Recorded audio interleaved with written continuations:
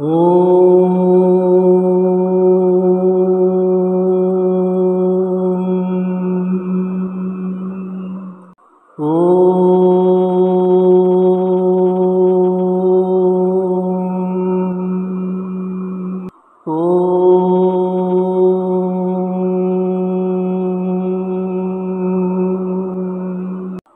ओंकारोबिंदु संयुक्तं नित्यं ध्यायन्ति योगिनां कामदं मोक्षदं तुभ्यं ओंकाराय नमो नमः।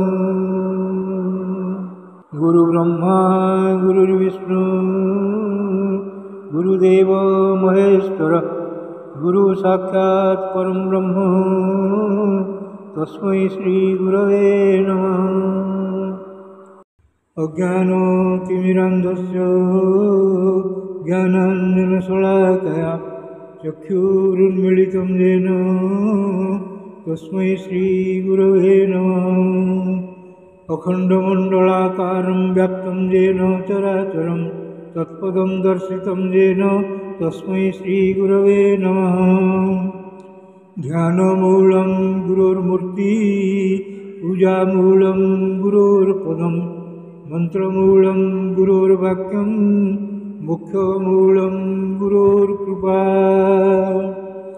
मन्नाथ श्री जगन्नाथ मद्गुरु श्री जगद्गुरु मदात्मा सर्वभूतात्मा तस्मै श्री गुरवे नमः। जंगारु ब्रह्ममूर्ति प्रणवतनुधरं सर्ववेदान्तसारं भक्तानां कल्पवृक्ष भवजलतरणी सर्वतत्त्वानुतत्त्वं योगिनां हंसतत्त्वं हरिहरनमितं श्रीपति वैष्णवानां शैवानां भैरवश्च पशुपतिः परमशक्तितत्त्वं च शाक्तं बौद्धानां बुद्धसाक्षात् ऋषभजतिवर जैनसिद्धान्तसारं तं देव पातु नित्यं कलिकलुषहरं नीलशैलाधिनाथम्।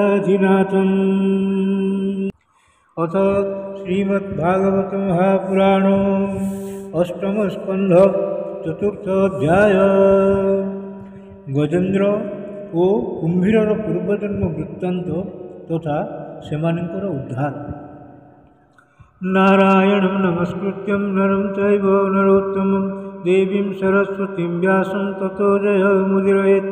मूकं करोति वाचालं पङ्गुं लङ्घयते गिरिं यत्कृपातमहं वन्दे परमानन्दमाधवं। निगमकल्पतरोर्गलितं फलं सुखमुखातमृतं द्रवसंयुतं पिबतं भागवतं रसमालयं मुहुर्मुहुः रसिका भुवि भावुकाः। श्रीशुक उवाच तदा देवर्षिगन्धर्वा ब्रह्मेशान पुरोगमा मुमुचुः कुसुमासारं संसन्तः कर्म तत्परे। नेदुर्जुन्दुभयो दिव्या गन्धर्वा ननुचुर्जगुः ऋषयोच्चारणः सिद्धा स्तुष्टुः पुरुषोत्तमम्। जो असौ ग्राहस वै सद्य परमाश्चर्यरूपधृक् मुक्तो देवलशापेन हुः गन्धर्वसत्तमः। प्रणम्य शिरसाधीशम् उत्तमश्लोकमव्ययम् अगायत जशोधाम कीर्तन्य गुणसत्कथम्। सोऽनुकम्पित ईशेन परिक्रम्य प्रणम्यतं लोकस्य पश्यतो लोकं सोमगान् मुक्तक्लेशः। गजेन्द्रो भगवत्स्पर्शात् विमुक्तो ज्ञानबन्धनात् प्राप्तो भगवतो रूपं पीतवासा चतुर्भुजा। स वै पूर्वम् अद्भुतराजा पाण्ड्यो द्रविडसत्तमः इन्द्रद्युम्न इति ख्यातो विष्णुव्रतपरायणः। स एकदाराधनकालात्मवान् गृहीतमौनं व्रत ईश्वरं हरिं जटाधरस्तापस आप्लुतोतच्युतं समर्चयामास कुलाचलाश्रमः यदृश्यया तत्र महादशामुनिः समागमशिष्यगुणैः परिश्रितः तं वीक्ष्य तूष्णीमकृतार्हणादिकं रहस्योपासिनो ऋषिं कोपः तस्माइमं शापं मददाद साधु रयं दुरात्मा कृतबुद्धिरद्य विप्रापमन्ता विशतान्तमूर्ध्वं जधा गजः स्तब्धमतिः स एव श्रीशुकोवाच एवं सप्त्वा गतो गप्यो भगवान् नृपसानुगः इन्द्रद्युम्नोऽपि राजर्षि दृष्टं तदुपधारयन् आपन्नः कुञ्जरीं योनिम्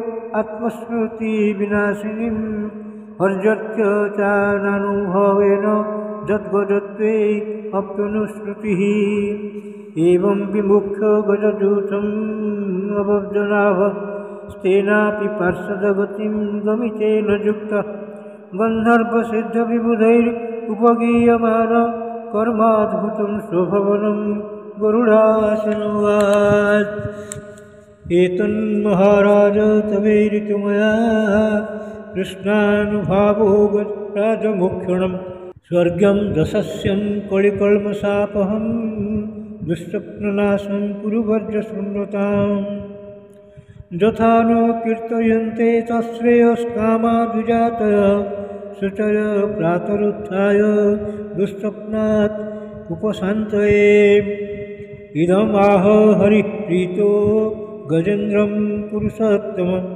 शृण्वतां सर्वभूतानां सर्वभूतमयो विभुः श्रीभगवानुवाच जे मां त्वां च सरश्चेदं गिरिकन्दरकाननं वेत्र कीचकवेणुना गुल्मानि सुरपादपान् शृङ्गाणि मानिधिस्न्यानि ब्रह्मणो मे शिवस्य च क्षीरोदं मे प्रियं धाम श्वेतदीपं च भास्वरम् श्रीवत्सं कौस्तुभं मालां गदां कौमोदकीं ममं सुदर्शनं पञ्चजन्यं सुपर्णं पतगेश्वरम् शेषं च मत्कलां स्मृत्वां श्रियं देवीं मदाश्रयं ब्रह्माणं नारदं ऋषिं भवं प्रह्लादमेव च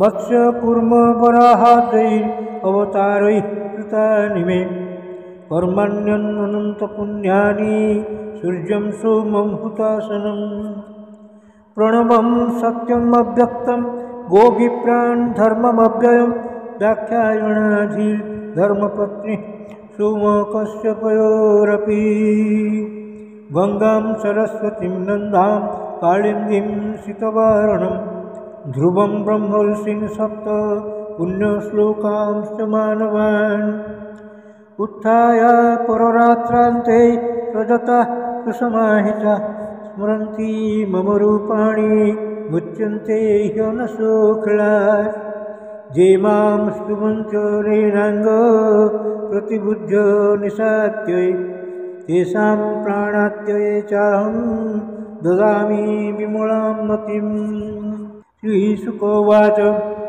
इति आदिश्य हृषीकेशः प्रध्माय दलजोत्तमम् हर्षयन् विबुधानीकम् आरुरोह खगाधिपम् इति श्रीमद्भागवते महापुराणे पारमहंस्यां संहितायाम् अष्टमस्कन्धे गजेन्द्रमोक्षणं नाम चतुर्थोऽध्यायः। भीमस्यापि रणे भङ्गो मुनेऽपि मतिभ्रमं यदि शुद्धम् अशुद्धं वा मम दोषः न विद्यते। श्रीकृष्णार्पणमस्तु श्रीकृष्णार्पणमस्तु श्रीकृष्णार्पणमस्तु।